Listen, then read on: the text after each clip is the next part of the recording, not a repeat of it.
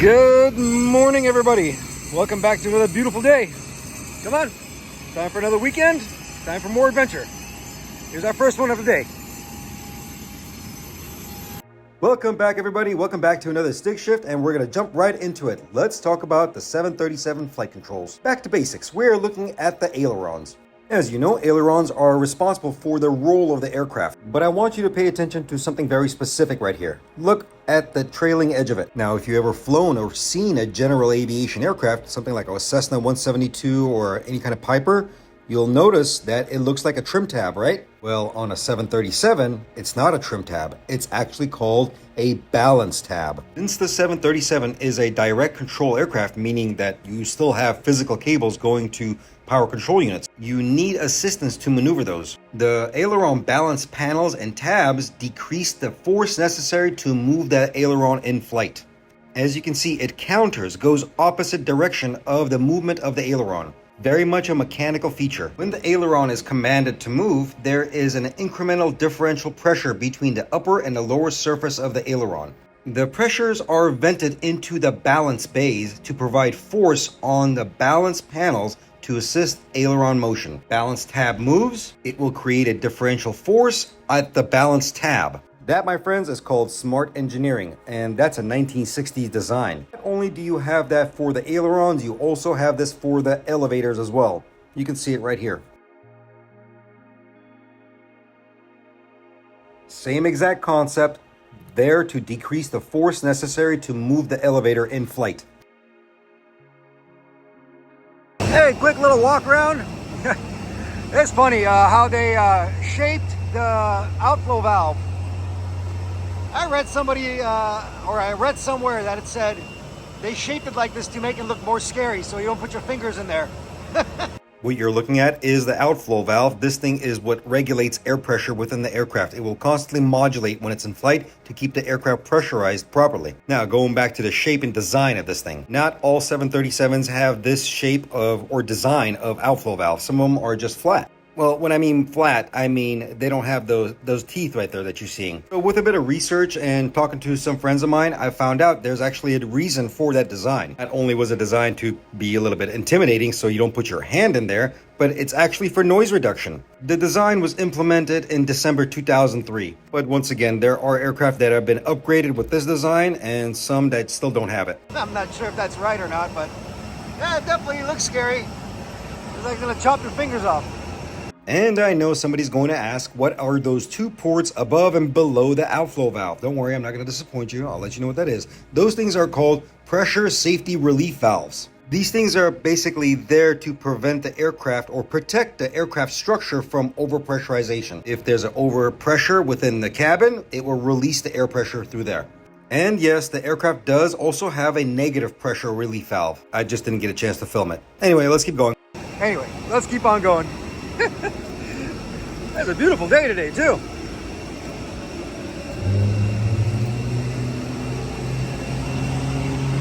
Whoop.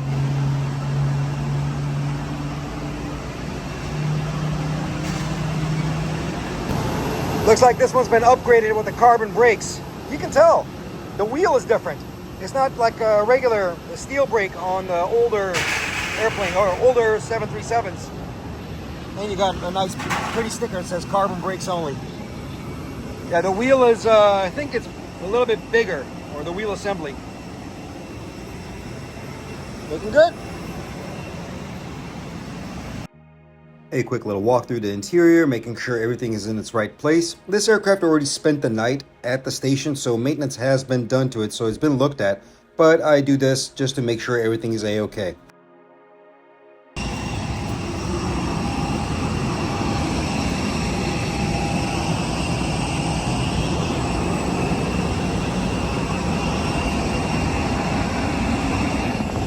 The catering truck was still attached to the aircraft, so I took the opportunity to step onto the little bridge right there and just enjoy the view and give it a good look on some of the flight control surfaces. And one thing you'll notice on the empennage or the tail of the aircraft, you'll see those four little tabs right next to the vertical stabilizer. Those are actually Vortex generators. To be more specific, they're called aft body Vortex generators.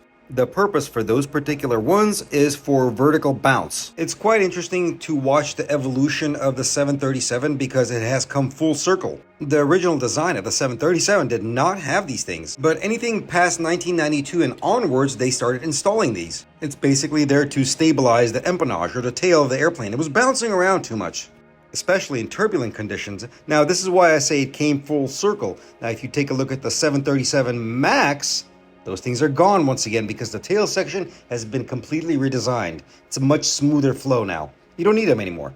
But anyway, I thought it was a cool little fact. Let's keep going.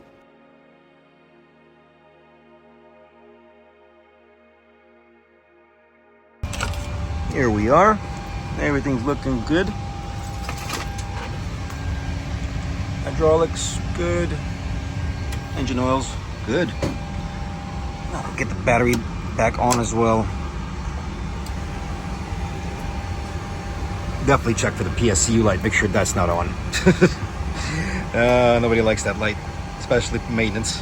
I have made a video about the PSCU light before, but it's on other platforms, not here yet. But I will make a dedicated segment just to talk about that because it is a very important thing.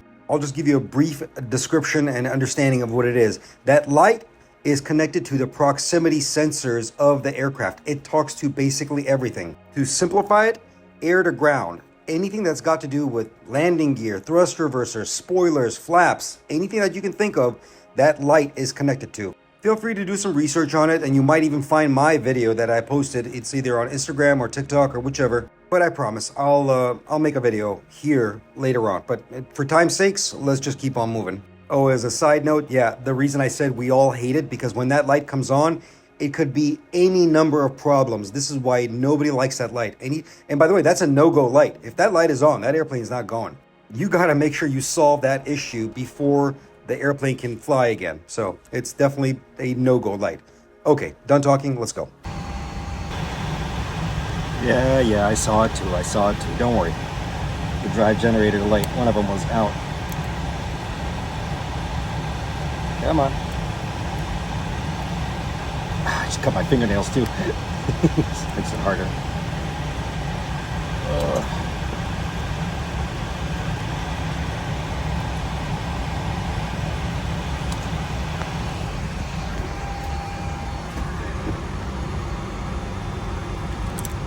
There you go.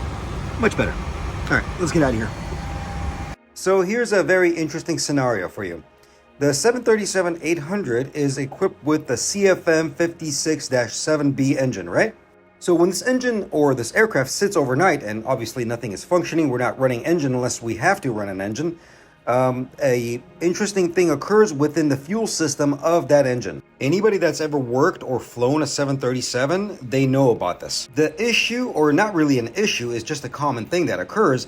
It comes from the HMU, the hydromechanical unit, or the HPTACC, high pressure turbine active clearance control valves. You see, when the aircraft sits overnight, the seals within these units, the O-rings, sometimes they contract and they expand. It depends on the temperature where the aircraft is sitting as well. Now, in the morning when the aircraft gets brought up, or if it's been sitting there, sometimes these seals don't actually close up all the way, and you'll get leakage from the bottom of the engine. Once again, it's completely normal. It happens all the time. Simple procedure is to run that engine and making sure that leak stops. The engine run needs to be about 2 to 3 minutes, and you just have to monitor it. And this is why I'm on this tug. The pilot said, we need to confirm that the leak stops. I said, no problem. I'll be on headset. I'm going to push you back into the alley, start your engines, and I'll go to the engine and monitor it and see if the leak stops. And you'll see the process right now.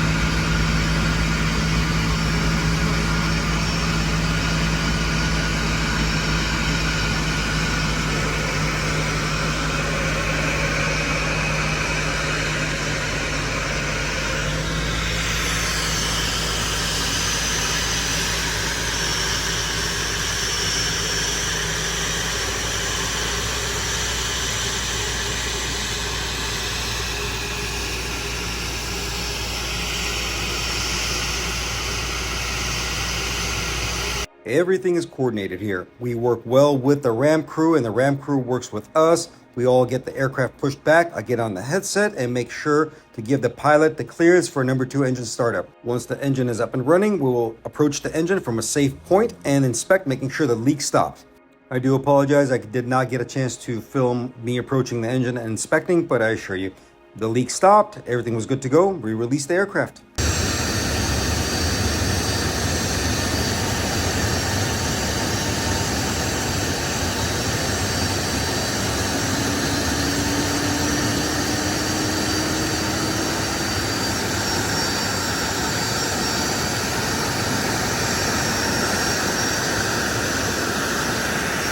But that's not all. We had another aircraft come in right after that. This was an Airbus 321, and this thing is equipped with a V2500 engine. It came in with a slight little fault on the thrust reverser, so we needed to do a operational check. That means deploying and installing it. So check this out. This is pretty cool. You'll see the blocker doors.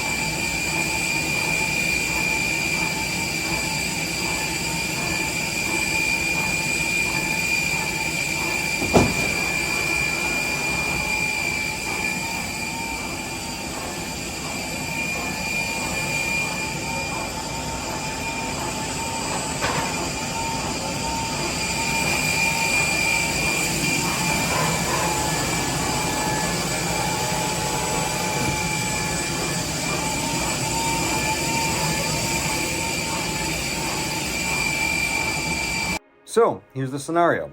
The functional check went well. It deployed and it stowed, but we found an issue. Found a hydraulic leak within one of the actuators that deploy that thrust reverser. You guys always ask me, do you ever ground airplanes? Yeah, I do. And this is one of them. I've grounded more airplanes than I can count on my fingers and toes. I've lost count. I don't like to ground airplanes, but for safety reasons, for safety of you, for safety of flight, I will take an airplane out of service in a heartbeat. The leak was way beyond limits, and I am not going to allow an aircraft to fly unsafe. I put my family on these airplanes. I put my friends on these airplanes. I put myself on these airplanes. Do you think I'm going to put you in an unsafe airplane? I don't think so. I notified my managers, notified my crew chief and said, hey, look, this thing's beyond limits. That's it. Flight is canceled. Take it to the barn, or the hangar. We call it the barn. It needs an actuator change. And that's that. There is no arguing in regards to aircraft maintenance manual limitations. So sometimes you're on a flight or on an airplane and you're about to depart or something occurs.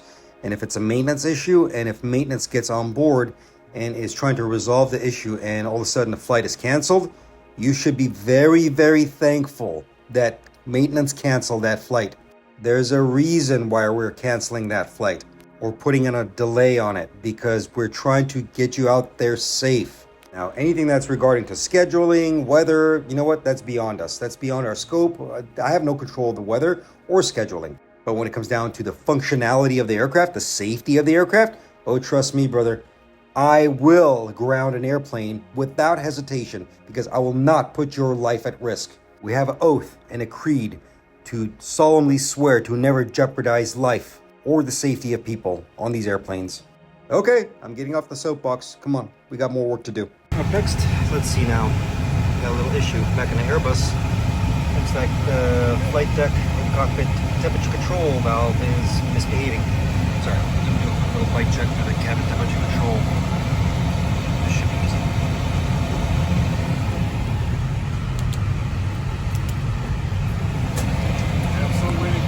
easy. It was a busy morning, that's for sure. Another little fault right here. The flight deck temperature control valve was misbehaving. Basically, it glitched. I needed to run a functional check. Once again, we call it a bite check, built-in test equipment, and it will cycle the valves back and forth and making sure what is going on with the system. As you can see, the parameters came right back. Everything was functional again, so signed it off, let it go. Here goes the next office.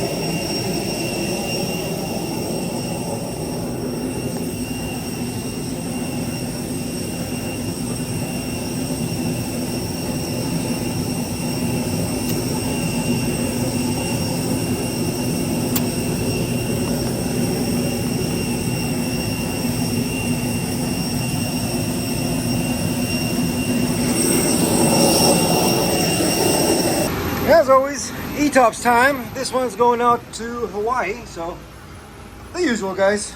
We've seen this a million times before at this point. Looking good. Looking good. Everything's okay. That's a nice healthy bonding strap right there. Now, we have talked about static electricity and lightning strikes in previous videos, but one thing I failed to mention is bonding straps. Bonding straps are all over the aircraft and are connected to basically every vital component on the aircraft. The reasoning for this? Electrical continuity and equalizing electrical potentials. They are designed to prevent static electricity to build up, allows conductivity throughout the aircraft, also protecting the aircraft, especially when it comes down to vital components such as electrical equipment as well as computer boxes. Grounding is very important to an airplane, and you're gonna see bonding straps everywhere.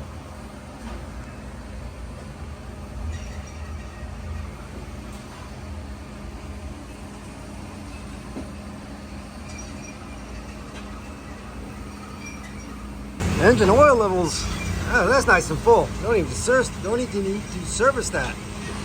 Yeah, good.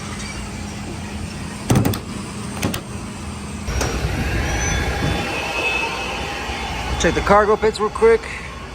Like I told you, bonding straps everywhere on airplanes. Looking good.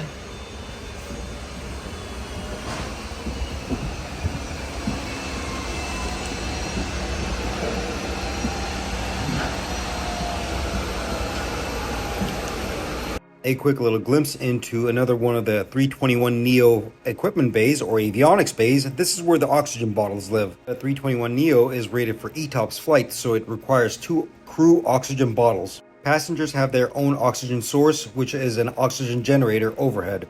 You know, the mask that drop down. That's connected to an oxygen generator. I've talked about that before. Another test that we have to perform on this particular aircraft is the GCU test. GCU standing for Generator Control Unit. Now the test is for the emergency GCU. We need to make sure that it's functioning properly. We need to perform an electrical test, which you will see me doing right here. This unit will provide power to the aircraft when there's a major electrical failure. This is talking about the ram air turbine, the CSMG, the constant speed motor generator. This is all part of that same system. Need to test it, make sure it's good to go. All right, round 2, back to international. Come on over. Next office.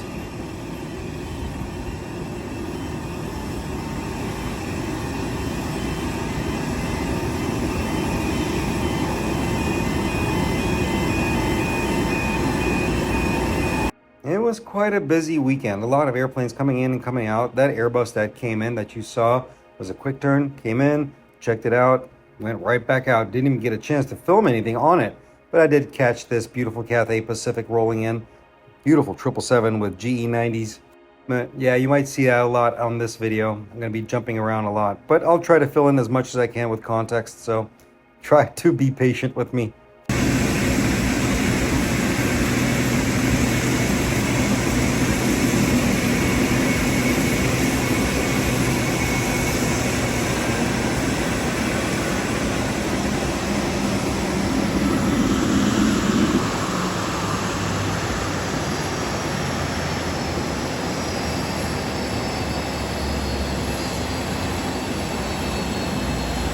on to the next one. We got a 737-800, and man, oh man, the game I like to play with myself here. Is it a bird or a bug? Yeah, it's a bug. Airplanes fly through a lot of debris, and a lot of the debris is actually insects, and it will make a mess. And I've seen some pretty big bugs that make you suspect, oh my God, is that a bird? No, it's actually a big bug that's splattered. Let's get rid of the evidence. I'm just joking. Insert the Dexter intro music. Well, another quick little through flight. Just came in and going right back out. I think this was going out to Austin. So, yeah, not much time on the ground. In and out, quick. So far, so good though. I think it's almost time for lunch.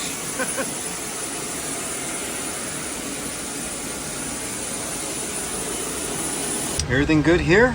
Engine oils are good, hydraulics are good, except for one little small little detail. Pilots left me a little present.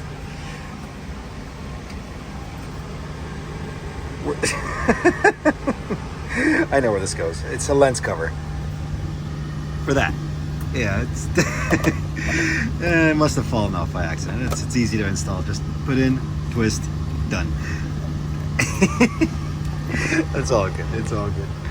Here, we'll even test it out. Anyway, that's about it for this one. Wait for the next one. Easy day today.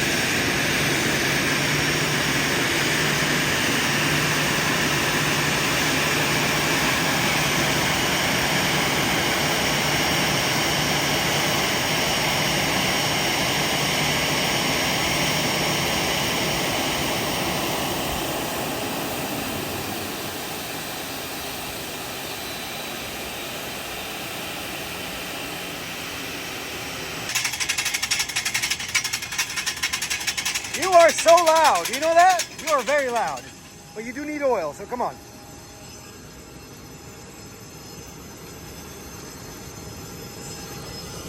Yeah, just a little bit.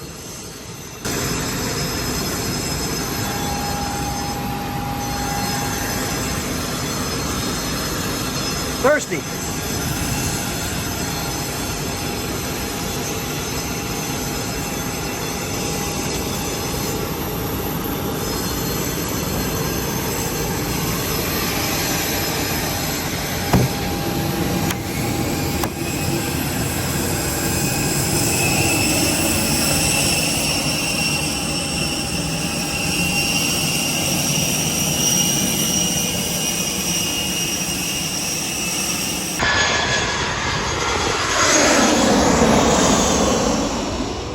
As always, cargo never disappoints.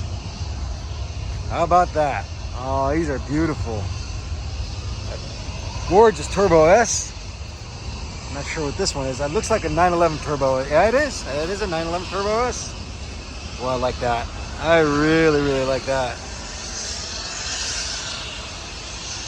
That is really pretty. Look at that. It's actually kind of cooler to see it from under the carriage. Ain't it? Beautiful. Beautiful. What a pretty car.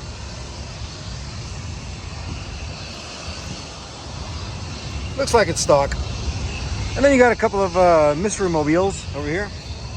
but they're not really mystery mobiles. They are Porsches. Not sure exactly what kind, but they are Porsches. Look nice. But that's not the surprise. The surprise is that.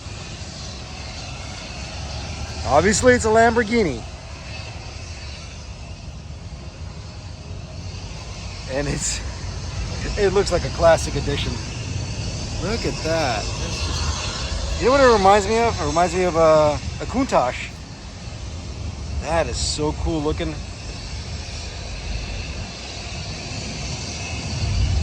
Love it. I love the color on it too. It's almost purple. Look at that.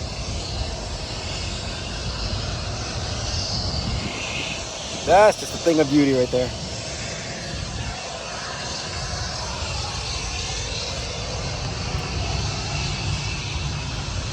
There you go.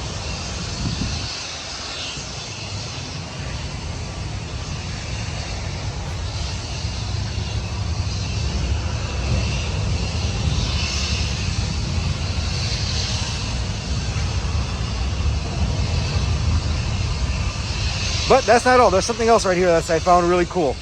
These are engines. I'm not quite sure what this is. It might be a PT6. I don't know. Not sure at all.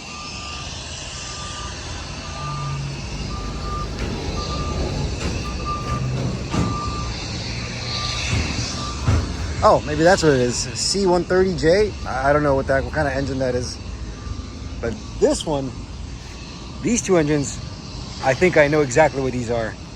These look like JT8Ds. There's my confirmation. JT8. It's a JT8 stand. It's wrapped up. Actually, I was meaning to make a JT8 video, which I will later on, but this is cool. This is one good engine right here. I've worked on these engines many years. But I don't know anybody that runs JT8s anymore. There's a little uncovered right here, a little area. Yeah, I don't know who runs JT8s anymore. I guess there's some carriers that still fly MD-80s. But you got two JT8s right there. That's pretty cool. You know, I thought I saw an interesting airplane out here. Well, you look at that. Well, what a beauty. Some kind of royalties here, that's for sure. I found out later on that's actually a royal family. That's the King of Morocco. So yeah, definitely royalty in town. And you had the Qatar A340 right there. And on top of that, you had one of the SpaceX birds, or the SpaceX employee transport shuttle, the 737 right there. We're going to do a quick little spin around one more time to take a look at the 747, the Qatar. And I want you to take a particular attention to the paint job on that 737 SpaceX bird. It's actually quite beautiful. I enjoy it. I think it's really nice. Wouldn't it be funny if Mr. Elon Musk himself watches one of these videos and say, hey, that's one of my airplanes? Anyway, I'm just messing around. Let's keep on going. We got work to do. We had one of our 777-200s that came in, and our 200s are equipped with the Rolls-Royce Trent 800 engine.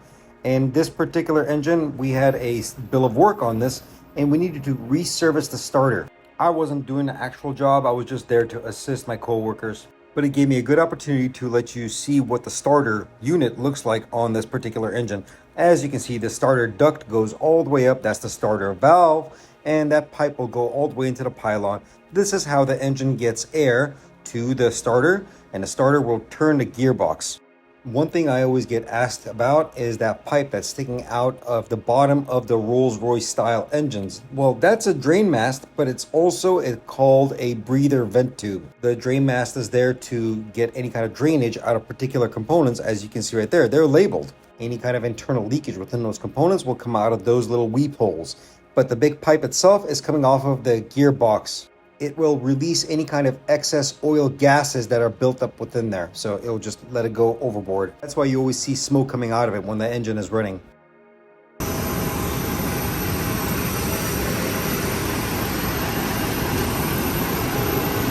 We we are back to an Airbus right here, and what you're seeing there is the beacon, the lower beacon. And the reason it's flashing in a very particular way is because it's almost about to fail. That is the indicative sign of NEOL, near end of life. The circuitry is built into it. It knows when it's about to fail, so it will start flashing in that particular manner. The thing is, the unit will still keep functioning in about 100 more flight hours, but beyond that, that's it. It's going to fail. So it lets us know right before it's going to fail. We're going to take that into consideration and pretty much change out the unit. That's about it. How about that? Look at that. They polished the chrome into this thing. That looks beautiful. Love it. They should do it to all of them. But I don't know. Looks good. But anyway, this is the last one of the night. Hope you guys had fun. I'll see you bright and early in the morning. Later.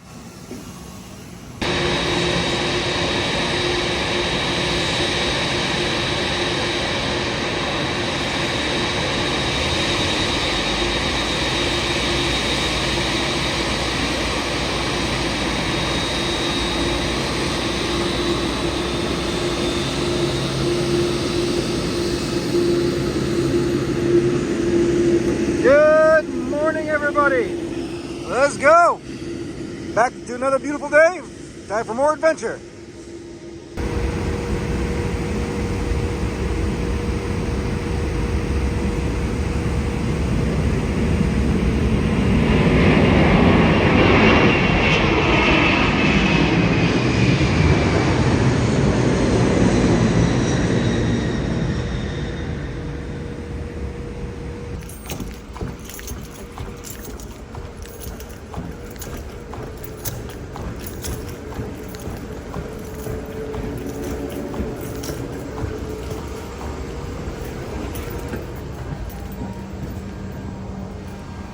First office, let's get started.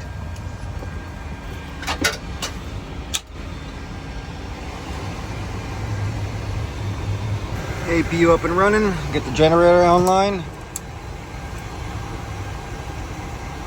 That was weird. Why did the windshield wiper move? I think that's the first time I've seen that happen. That's funny. Alrighty. This one is an originator, so it stayed overnight. It's gonna go out. I can't remember who asked me, but somebody wanted to hear the chimes on the Fasten seatbelt. Here, hold on. I'll put you right here. Where did I put you? Here. Stay in overhead.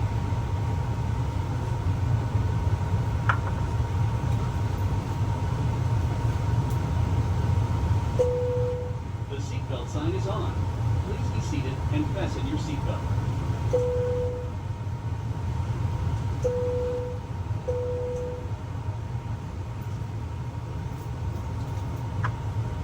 There you go. Oh man, I don't know. You guys ask for some weird requests, but why not? Harmless. Oh, and from last week, remember I talked about the stall warnings, and I tried to describe what actually makes the clacking sound. It's this right here. Watch what it does.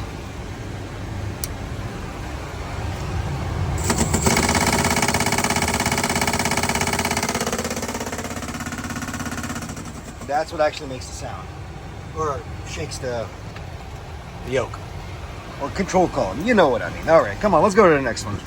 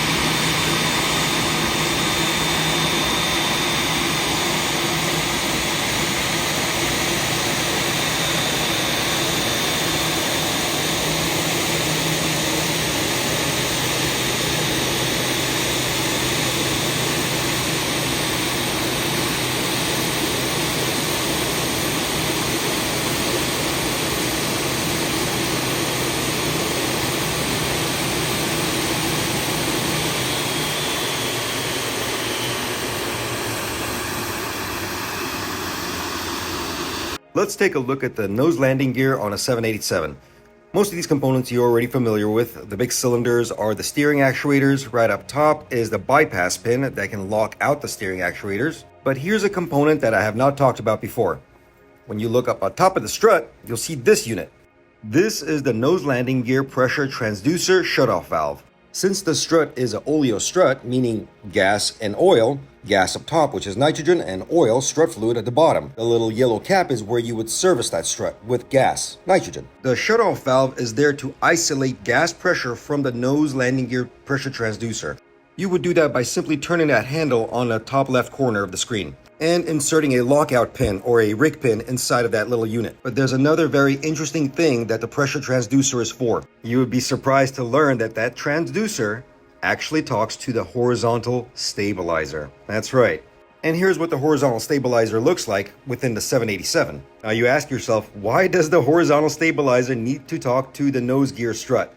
The simple answer is CG. Center of gravity. You see within the flight deck there is an indicator. The indicator shows the stabilizer trim indication or position. It's a little green band. The green band is telling the pilots if it's allowable for takeoff trim range based on the aircraft's gross weight and CG, center of gravity. In order for the aircraft to get proper calculations for CG, it needs to verify or cross-check data from the nose gear pressure transducer. And the pressure transducer is basically reading how much load the nose gear has and then compares it to the position of the horizontal stabilizer. It will compute all of this data and give a verification to get that proper green band. If there's a disagreement within that area or the calculations, there will be an IKIS indication. Pilots will basically get a warning upstairs. It's a pretty interesting feature. And by the way, the 777 also has this.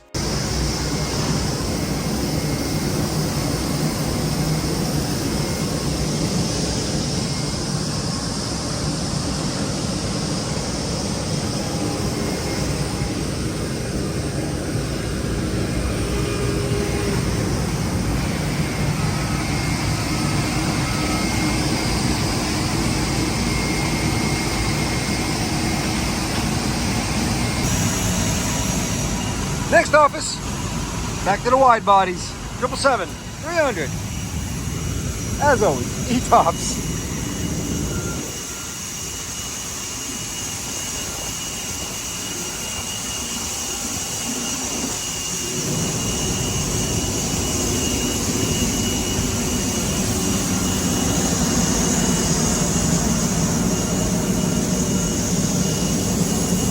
Me and my partner split up the workload. I said, I'll take the inside, you guys take care of the outside, and then we'll meet up on the inside and make sure we address any kind of discrepancy. Let's go. The guys downstairs are gonna handle it downstairs. I'll take care of all the stuff on the flight deck and the cabin, so.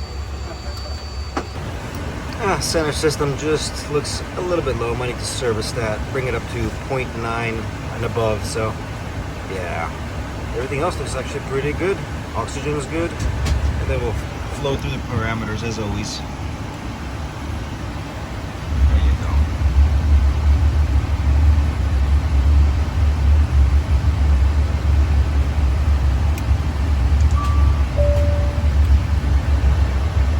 And don't worry, I'm not gonna forget this time. Make sure the fidget spinner is working. Good. I think I talked about these little lights before, right? These little green lights. See how this one's out? That means the seat is not all the way up. See? Now you know the seat is all the way up.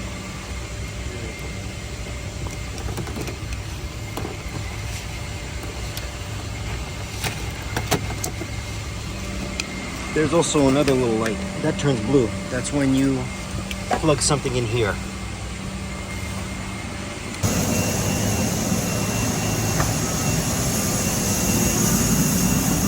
Alright, as usual, you guys have seen it a million times. I just need to service the center system. Just a little low, no big deal. Got the Bowser, hook it up, pump, easy money. As my partner pumped fluid into the system, I took the opportunity to show you something else right here. In this little cavity, or this area, you also have another component, and this is only on the 777-300s. This is where one of the nitrogen bottles lives for the overwing escape system. To be specific, the L3 and the R3 door. Because the door is configured in such a way it doesn't have a bustle, they had to put the bottle down here. All the other doors are in normal configuration because they have a bustle, and the bottle, the nitrogen bottle, lives within the bustle. Kind of like this, but on this one, it's a little bit different. They had to put the bottle down here. There's one on each side.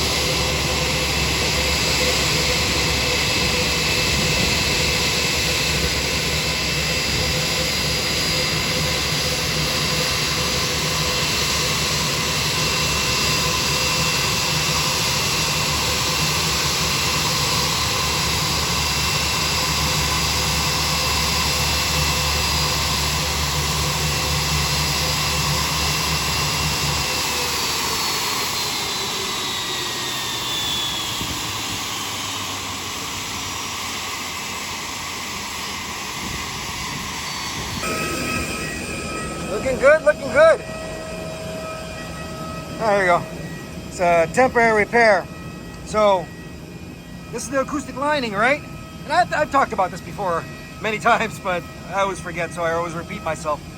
Anyway, it's supposed to look like this, right? So sometimes it gets deteriorated, it gets peeled back, so they'll cut around it, get a nice little shape, and they'll seal it up. But this is what it actually looks like underneath here. So yeah. Matter of fact, let me see if I can shine the light. Probably see the honeycomb structure in there, or the composite structure. You see it? I don't know, it's not exactly honeycomb, but it's like little circles. But anyway, yeah, it's a temp repair. Pretty cool. Anyway, okay, let's get the walk around done and go upstairs. Here we go. Status normal. That's exactly what I want to see. So it's good to go. On to the next one. That's about it for today. Hope you guys had fun. It was a nice, easy day again. But I'll see you guys tomorrow. Later.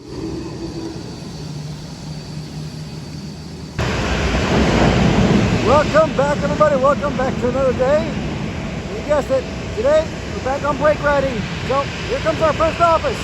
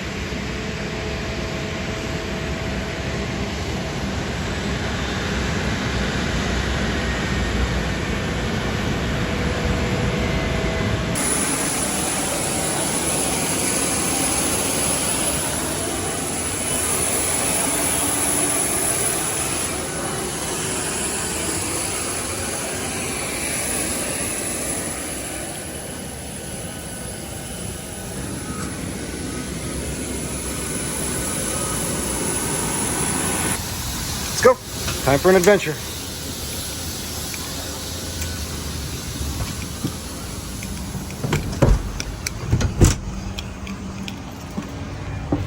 Get this ready. Let's go driving it around. Or no, towing it around. That'll be fun. Right, ground. Hey, buddy, if you're all set, please give me brakes. Copy that. We clear for hydraulics? Sure are. Go. Hydraulics coming on. Brakes released. Brakes off. Copy. Thank you so much. As usual, because you guys enjoyed the ATC chatter so much, I'm going to leave it in there. I'll be quiet, and I might fill in a few things here and there, but enjoy. 24, LA ground, runway 25 right, taxi via Charlie, hold short of Charlie 4. 25 right, Charlie, short Charlie 4, Skywest 294.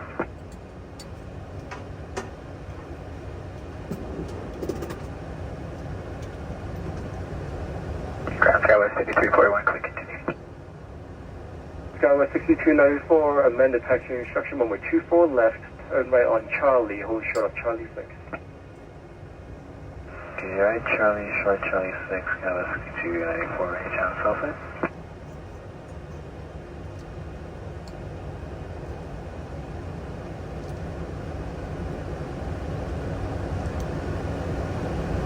Hey, can you repeat that one more time for Skywest 6294? Skywest 5341, continue taxi now. Continue taxi, Skywest 5341. Skywest 6294, rolls up to San Francisco 0058, make a right turn for runway 24 left, Charlie, November, North route. Okay, Charlie, November, North route, 24 left, Skywest 6294. Thank you.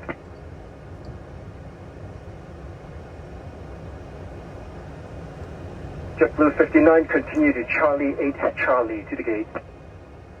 Charlie 8, Charlie, JetBlue 59. JetBlue 59 at Charlie, pass behind the American Embraer. Charlie 8 behind American Embraer, JetBlue 59.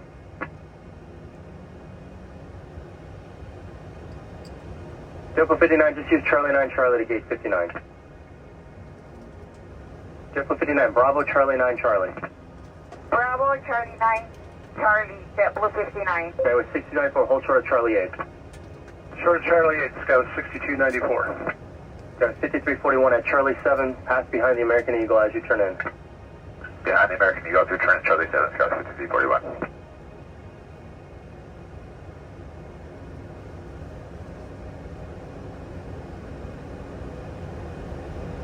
And the ground is American 151 at Charlie 10 for Charlie 5.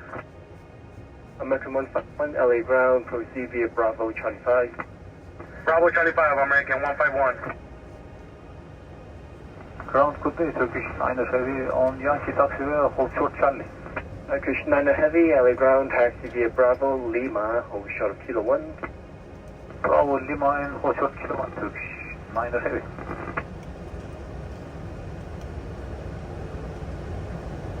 Apex 105 heavy, request taxi.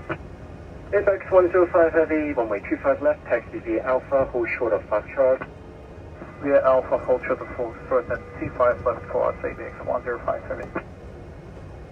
Ground American 139 heavy, checkpoint 2. American 139 heavy, LA ground, runway correction taxi via Bravo and Charlie 10. Bravo, Charlie 10, American 139 heavy.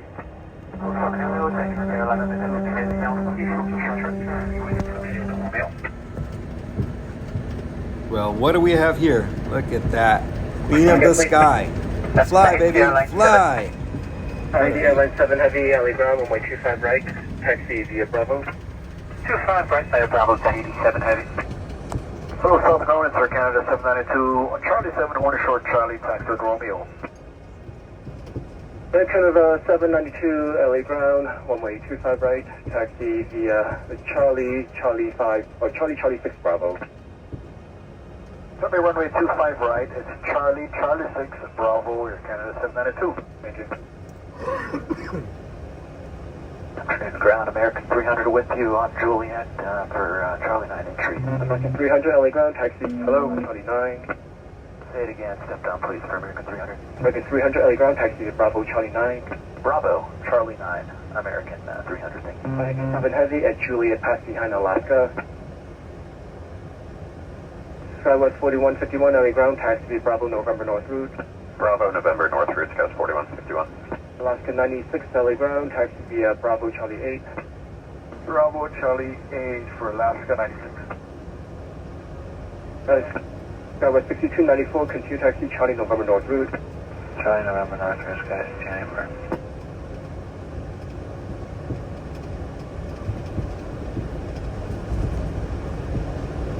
ABEX 105 Heavy, monitor tower. 105 tower, ABEX 105 Heavy. And Aircraft 792 at Bravo passed down the United undertow. Oh, correction, American undertow. Okay, Mr. American will stay behind him, or we'll taxi and follow him on Bravo for Canada 792. Thank you.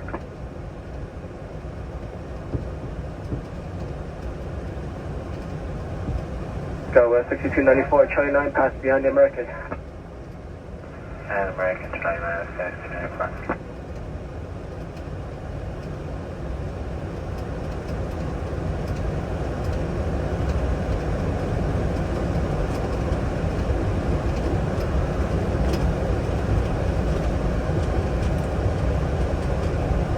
Got Challenger 316 kilo at the ground, taxi via Alpha to parking.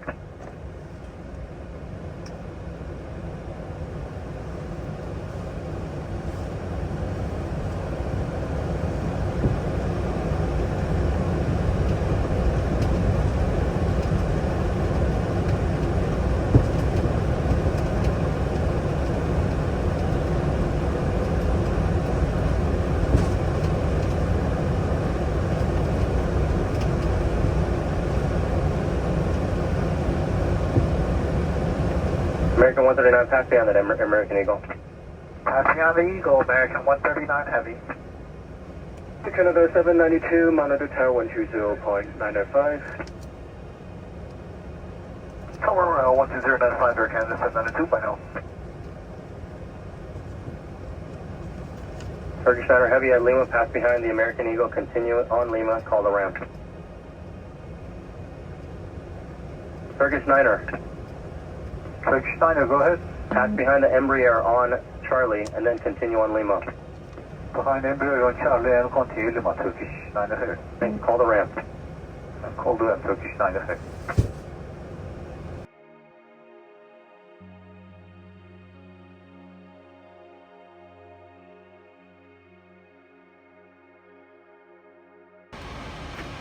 Brakes are set. Thank you very much.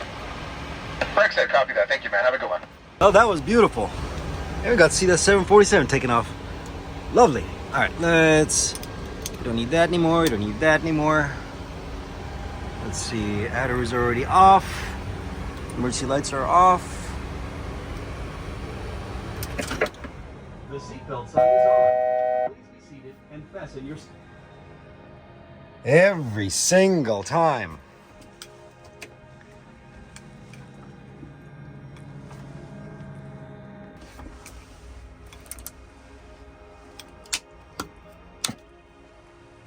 Beautiful.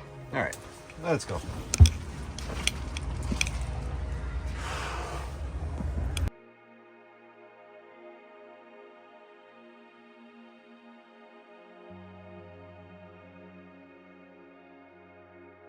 My colleagues came over, picked me up from the parking spot, and drove me back to the terminal while I waited for the next aircraft I got to enjoy this beautiful A350-900 taxiing by from Nigeria. That's a beautiful airplane.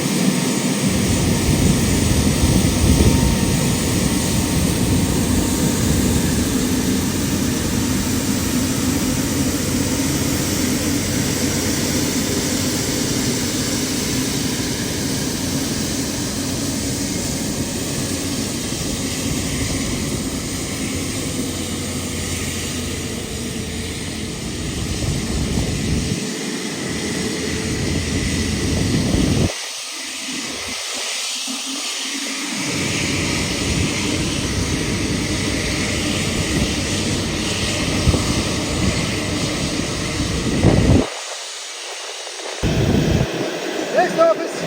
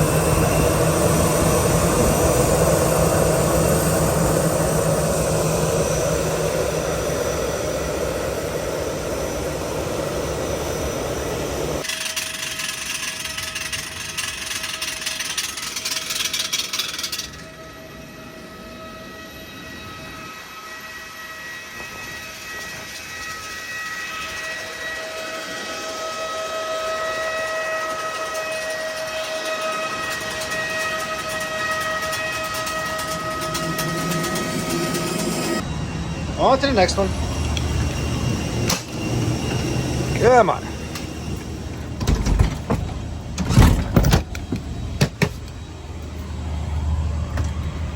Let's get this puppy ready.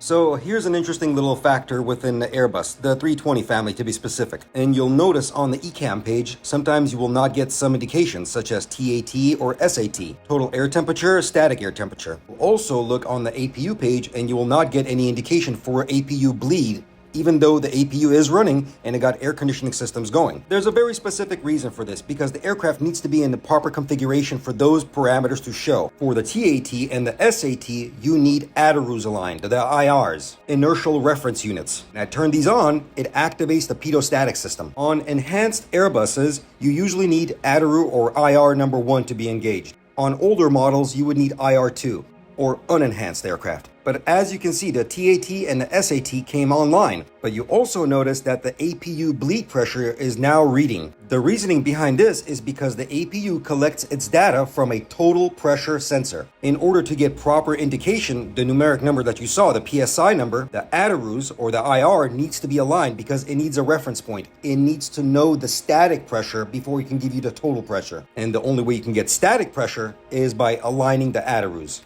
Or as I said, on enhanced aircraft, ADARU number 1, or unenhanced, ADARU number 2. It's basically taking static pressure and total pressure and giving you a numeric number. Just a quick little reference if you need to align it or see the values for my Airbus folk that fly it or fix it. Anyway, let's keep going.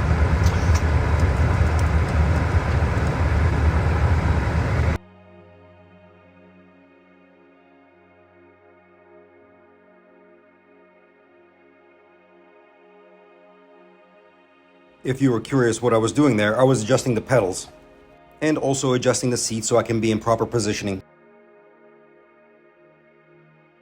Everything is set up. Come on, let's go for a ride.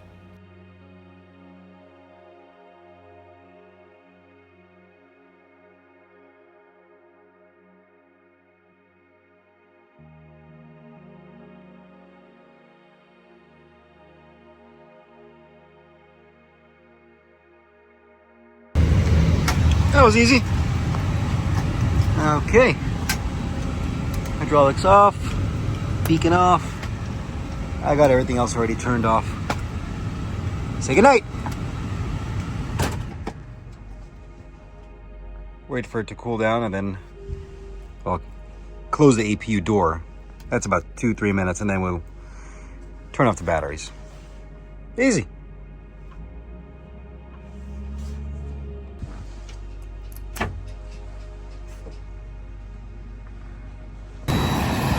Okay, last move. Nope, not this one. Gotta go all the way to international. It's way over there. It's all right. Get my steps in. What? Click, click, click, click, click, click, click, click, click.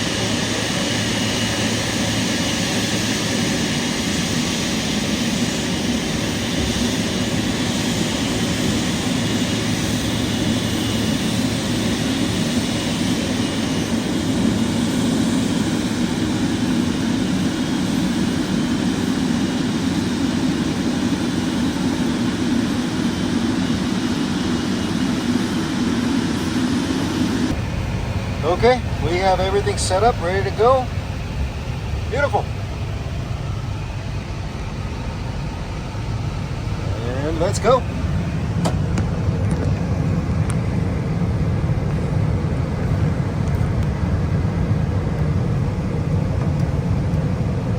I just want to confirm we're holding short of Lima, correct?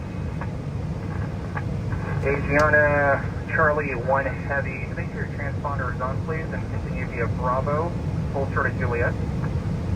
Bravo, hold short of Juliet, and my transponder is still on. Let me take it again.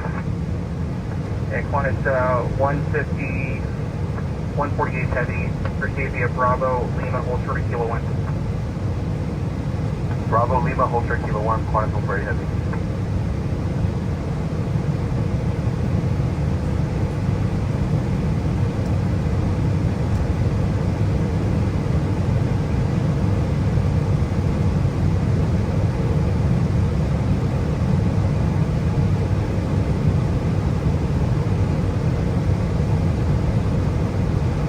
Charlie ground, Charlie 591 at Charlie 8, ready for taxi with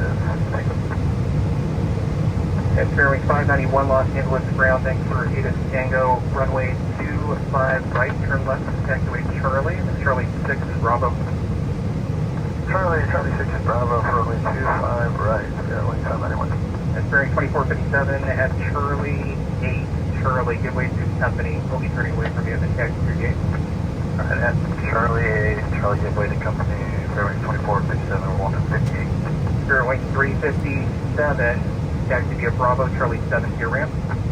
Bravo, Charlie 7 to the ramp, Fairway 357. Fairway 357, Bravo, Charlie 8 to your ramp. Okay, Charlie 8 to the ramp.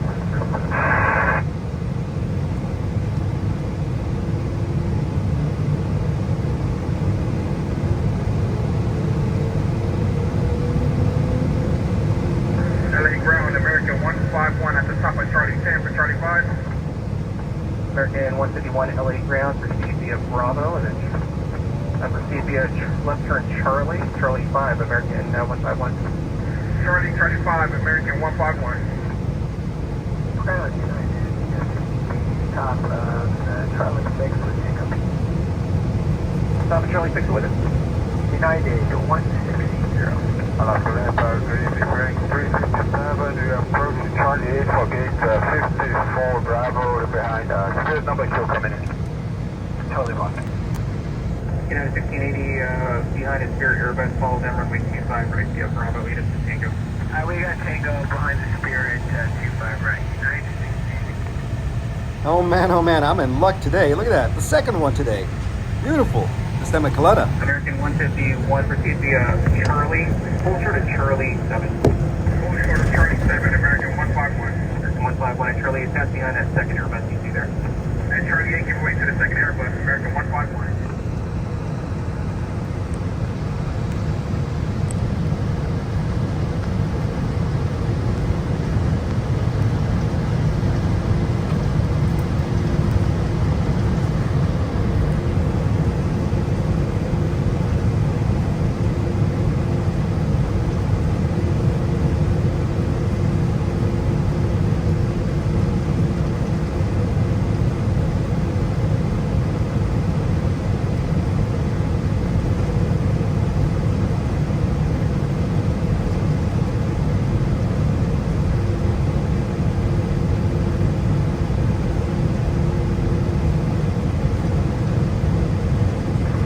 United 2305 on Bravo, we're going to gate 82. 2305 on the ground, taxi Bravo, Charlie 6 to the ramp. Bravo, Charlie 6 to the ramp, United 2305. American 153 at Charlie 6, get way to the inbound United 737, they can continue to Charlie 5. Charlie 6, give way to United, proceed to Park, American 151. 151, that is correct. And Alaska 309 LA ground, taxi via Bravo, Charlie 8 to the ramp. Bravo, Charlie 8, Alaska 309. Louisiana Charlie 1 Heavy, proceed via Bravo, Charlie 3 Charlie. Bravo, Charlie 3, Charlie, Louisiana, Charlie 1 Heavy. Draft 33, Charlie 7 Alley, ready to taxi. Spirit 591, check your transponder on and monitor tower 120. Correction, Spirit 591, you have it on. Monitor tower, good day. Over to tower 12095, Sterling 591. United 1680, check your transponder on. Monitor tower 120.95. Okay, on now, thanks. Thank you, and top of Charlie 7 was at Skywest 3318. Affirmative. Tango ready, taxi. 3318, okay, it'll be runway 24 left. So right on Charlie, taxi November North route at Charlie 8, give way to inbound Alaska. 24 left, I'm sorry, the inspection scan test street. So 3318, so right on Charlie at Charlie 8, give way to an inbound Alaska, then taxi via the North route. Charlie, no, just give way to Alaska, test street. And then 403, heavy request push turn from ICC with Tango. 643, heavy to ground from ICC, push your discretion, runway 25 left. 6403, heavy push exhibition 25 left. Ground, hello, Horizon 2149, checkpoint 2, going Charlie Gate. Horizon 2149 with ground, taxi Bravo Charlie to ramp. Bravo Charlie to the ramp, Horizon 2149. Ground clear, wings 1112, cleared at Quebec for 56 Alpha. 311, 12 early ground, taxi right off Bravo, and probably give way to an Embraer, then taxi Bravo Charlie to ramp. Okay, Bravo Charlie 8, and give way to an Embraer at Papa clear, wings 1112. Horizon 2149, just want to confirm that was Bravo Charlie 8 to the ramp. Horizon 2149, affirmative, taxi number 1 there, taxi Bravo Charlie 8. Alright, Bravo Charlie 8, thanks sir, Horizon 2149.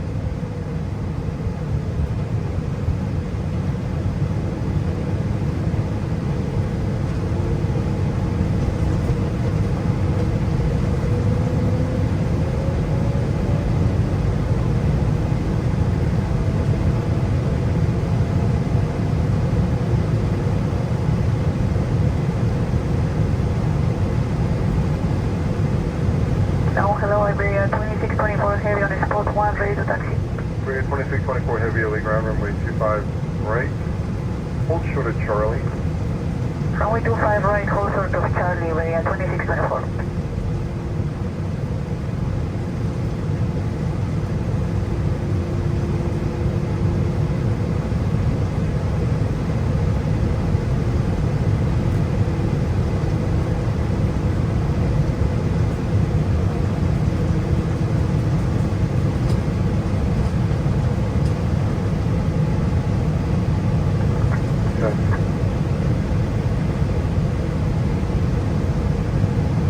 That was 3318, immediate departure frequency to 124.3.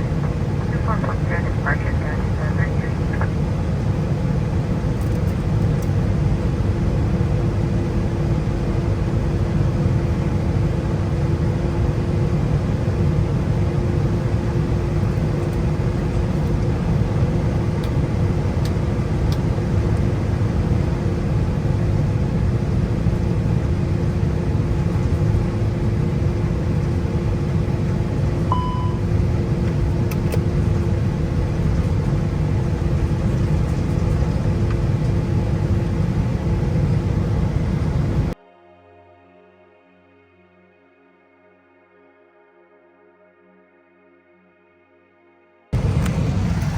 And another one done. Fun. I got everything already turned off, so we're good. Double checked everything. That's all that's left.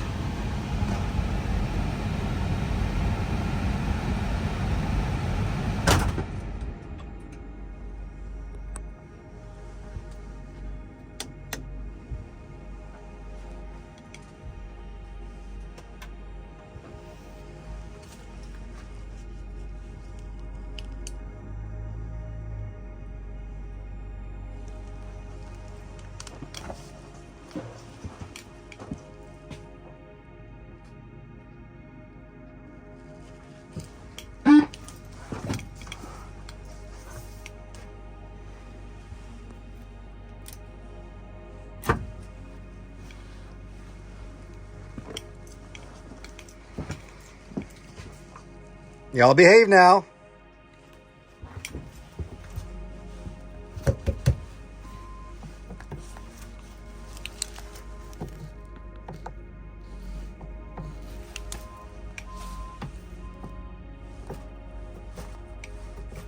Disco.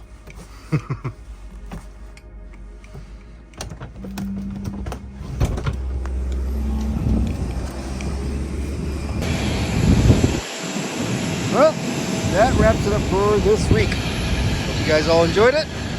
Had fun. I'll see you all in the next adventure. Later. And that is it for this adventure. Thank you all once again. Thank you for being here and thank you for watching. I appreciate every single one of you. Hope you guys enjoyed it. I'll see you all on the next one. Later.